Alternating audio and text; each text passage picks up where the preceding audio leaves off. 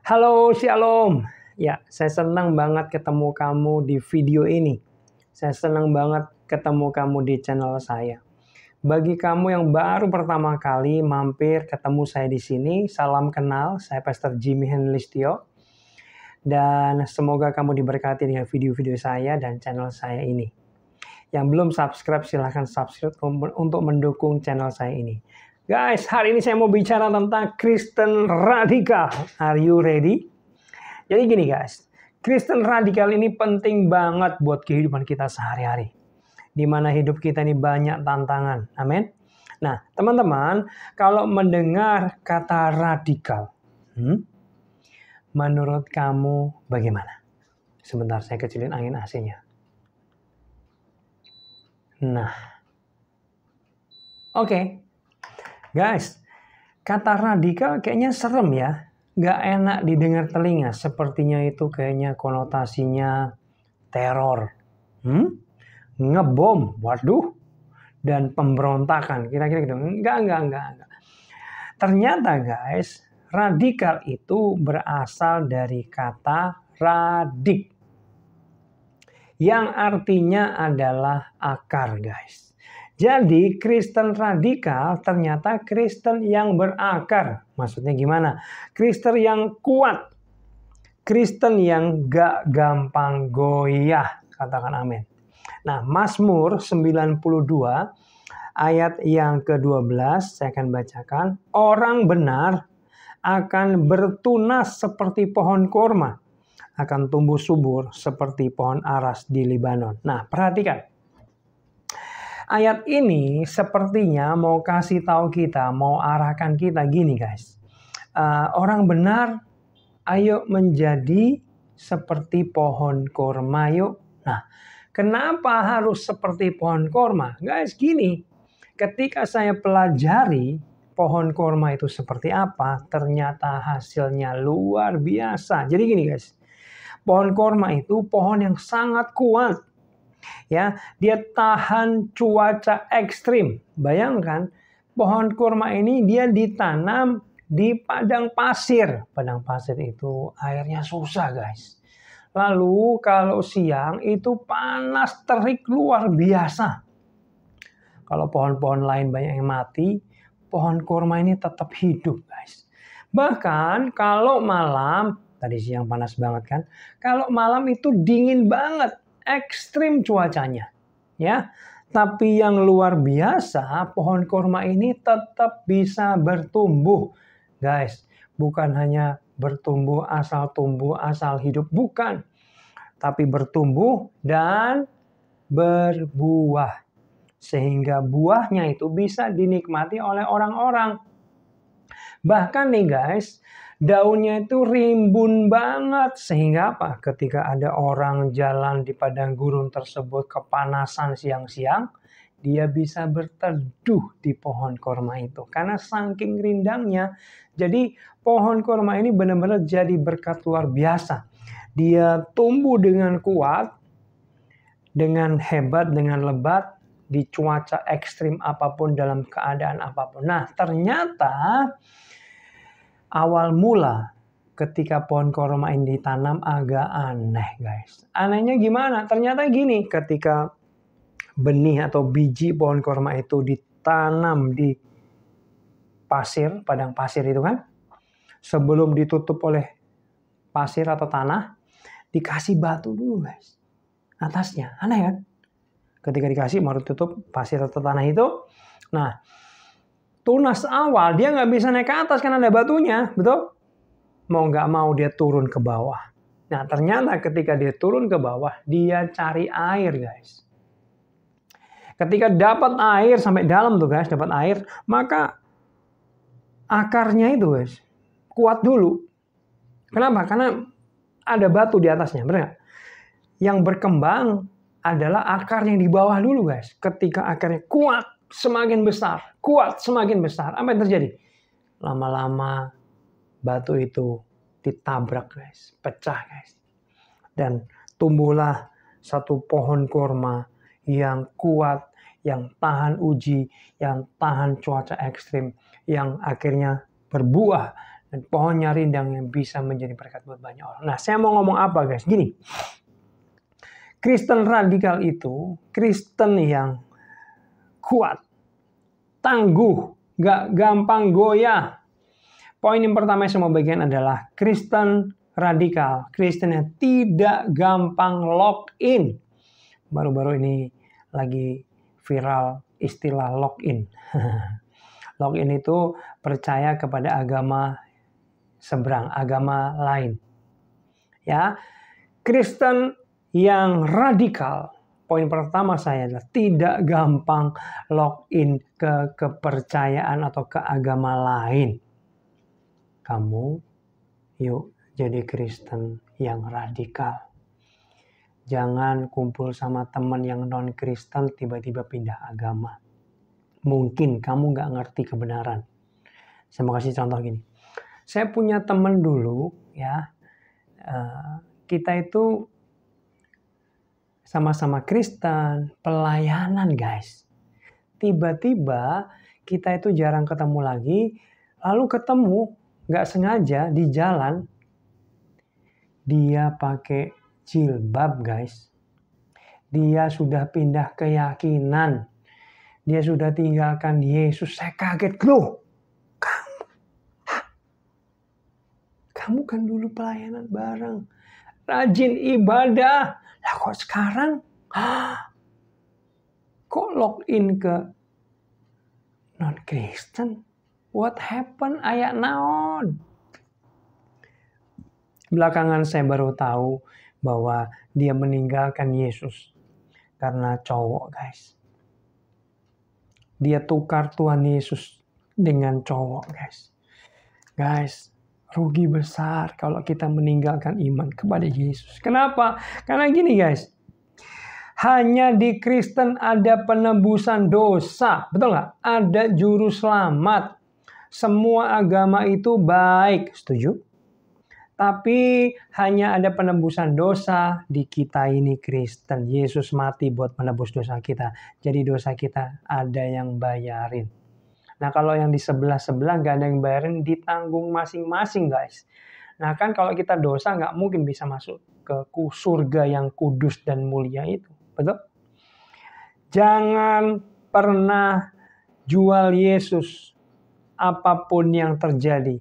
Kamu harus jadi Kristen yang berakar kuat. Sekali Yesus tetap Yesus. Amin.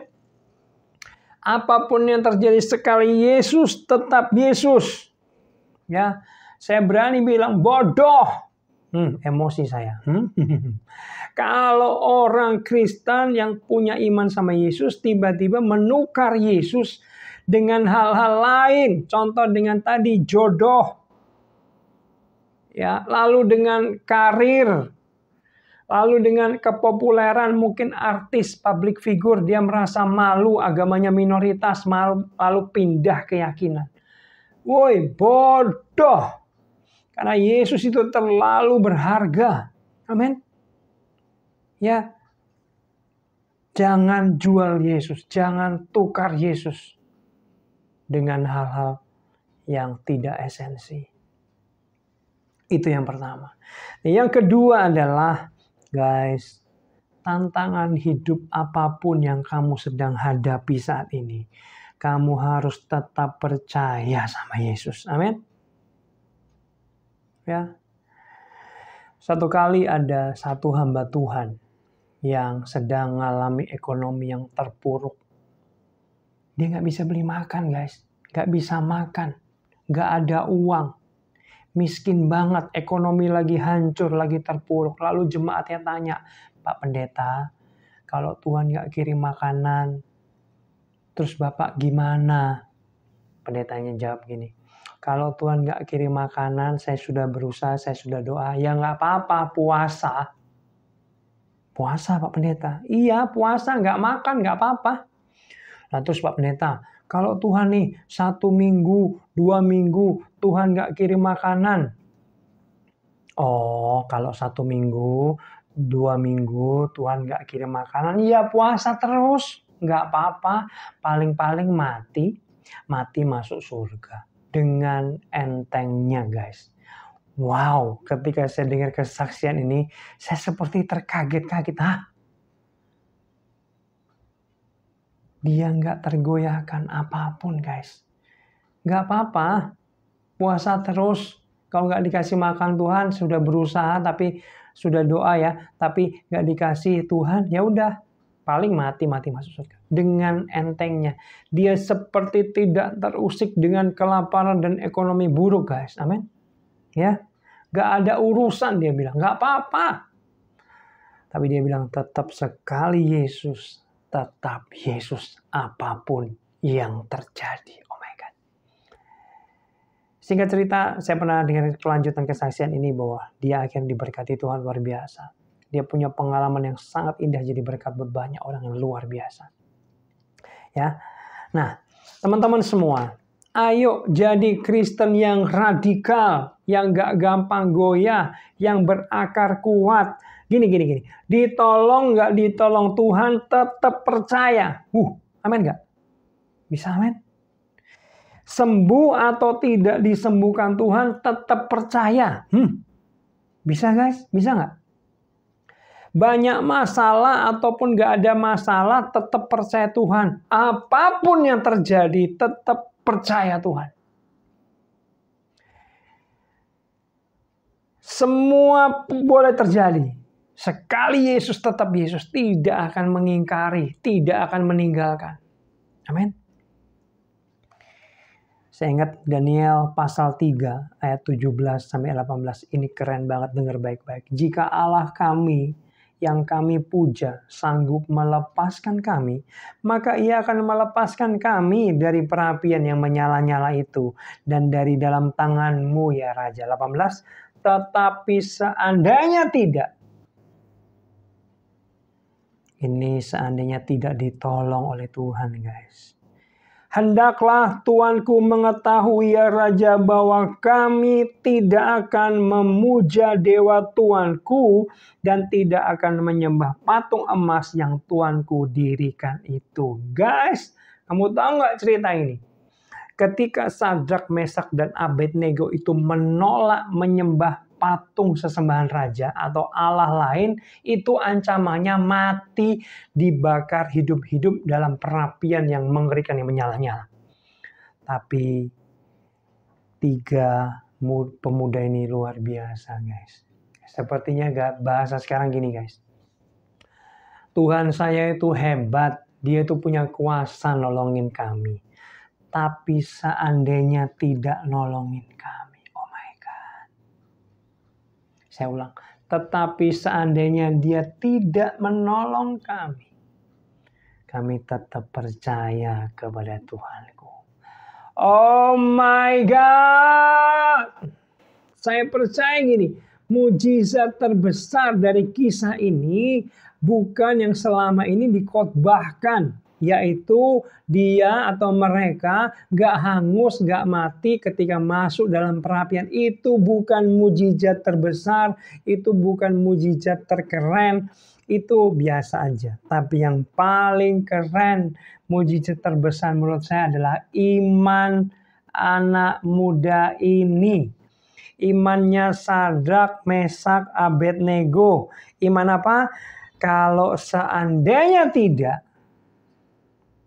oh my God, kami tidak akan meninggalkan Tuhan kami.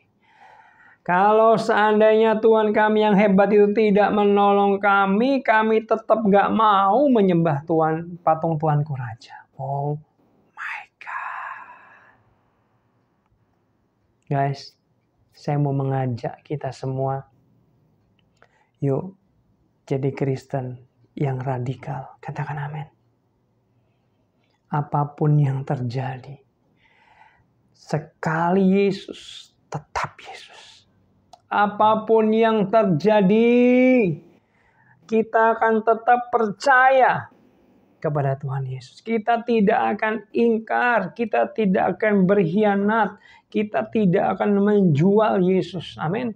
Kita tidak akan meninggalkan Yesus.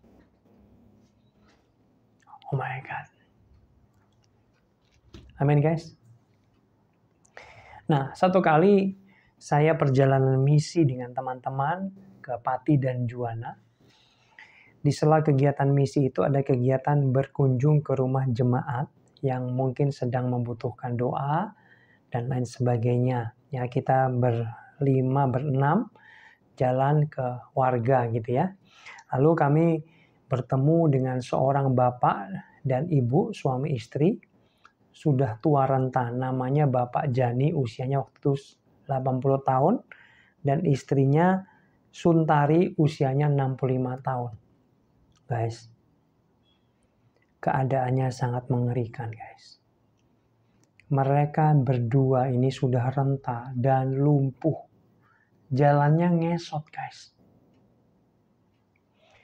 Mereka tinggal di rumah yang sudah tua juga. Rumahnya miskin guys. Lantainya bukan keramik, tanah. Rumah bagian belakang sudah roboh. Karena jalannya ngesot, dia susah untuk ke belakang. Dia kalau pipis itu di situ guys. Ketika kami masuk, awalnya kami jalan tuh ketawa-ketawa, happy-happy. Ketika masuk rumah Pak Jani dan Bu Suntari ini, kami semua terdiam, tercengang guys. Kenapa? Karena rumahnya bau pesing dan keadaan yang sangat buruk. Bapaknya telanjang dada, mungkin panas situasi di situ. Dan saya tanya, loh, apa yang terjadi? Oh, saya tanyakan, anak di mana? Keluarga di mana? Dia bilang gini, saya ditinggal anak-anak saya. Keluarga besar saya juga tidak mau memperdulikan saya karena saya Kristen. Karena iman saya kepada Yesus. Mereka bilang gini Pak Jimmy, kalau saya mau tinggalkan Yesus, maka saya akan dirawat, maka saya akan dibiayai, maka saya akan dipelihara. Tapi nggak apa-apa Pak Jimmy, keadaan kami begini nggak apa-apa. Kami tetap percaya Yesus saja. Semua kami yang ada di sana tiba-tiba nangis, meneteskan air mata. Kami terharu, kami kagum, kami amazed dengan iman dari Bapak Jani dan Ibu Suntari ini. Ya, mereka itu hanya dapat jatah makan 1 bulan kalau nggak salah 60.000 untuk berdua guys.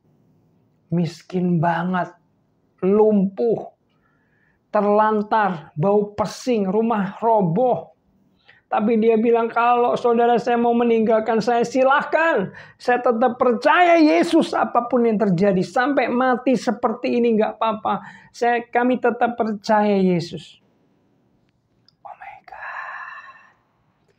Mereka berdua bisa milih hidup yang layak. Mereka berdua bisa milih hidup yang jauh lebih baik kondisinya kalau meninggalkan Yesus, tapi mereka berdua menolak. Karena Yesus bagi mereka terlalu berharga, guys. Amin. Renungan firman hari ini mengajak kita, ayo jadi Kristen yang radikal, yang berakar kuat, yang tidak gampang goyah, yang tidak cengeng, yang tidak suka mengeluh, yang tidak bersungut-sungut tetapi berakar kuat di dalam Yesus. Sekali Yesus tetap Yesus, ditolong nggak ditolong tetap percaya Yesus, disembuhkan nggak disembuhkan tetap percaya Yesus.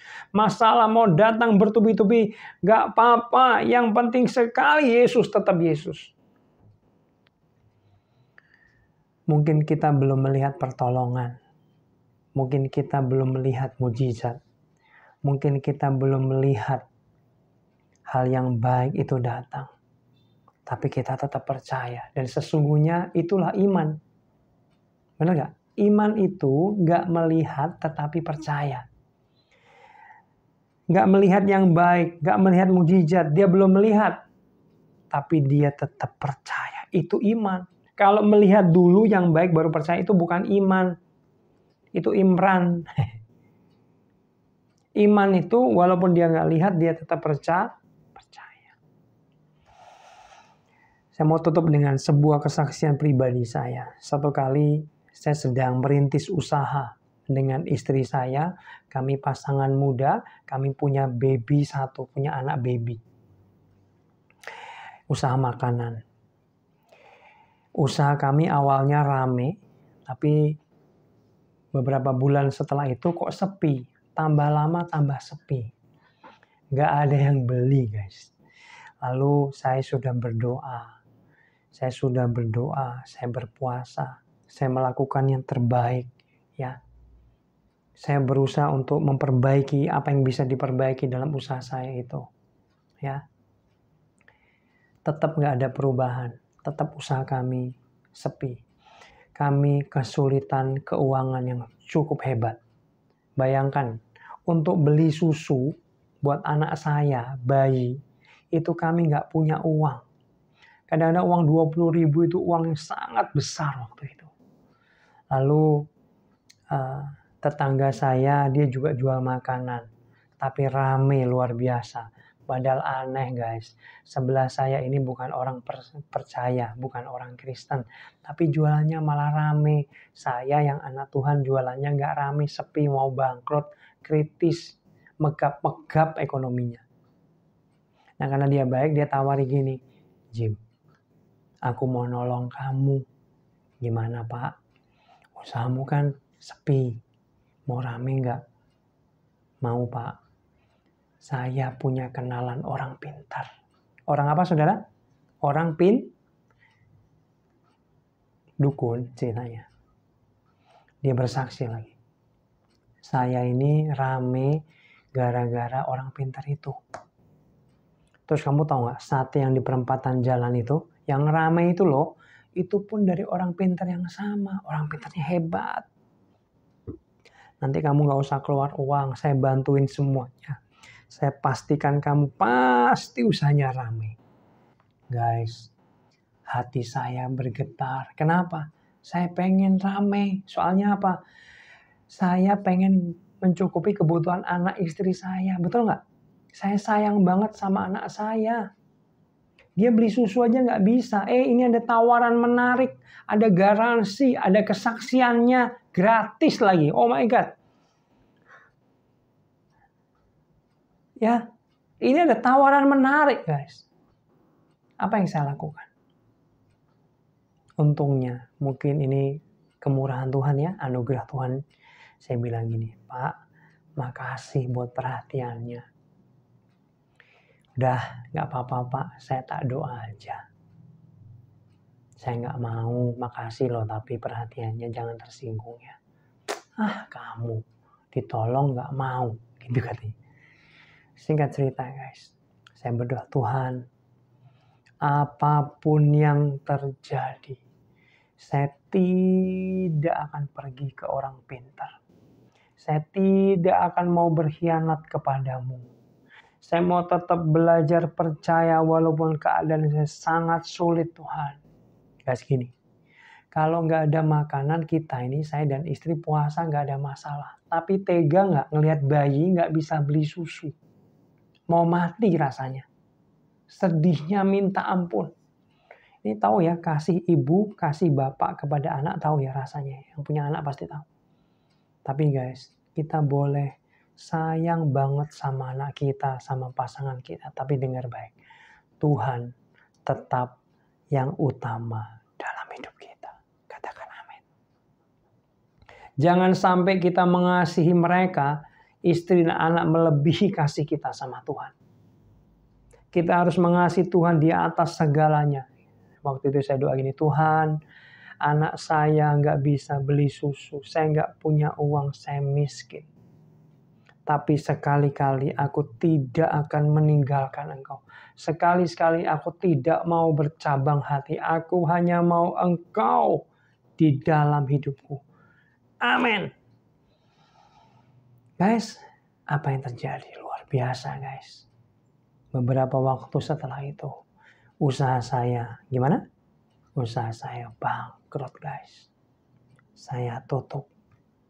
Tapi saya bilang gini, Tuhan, bangkrut gak apa-apa. Saya nggak bisa makan, nggak apa-apa. Bahkan anak saya nggak bisa makan, nggak apa-apalah Tuhan. Untuk Engkau saja. Amin.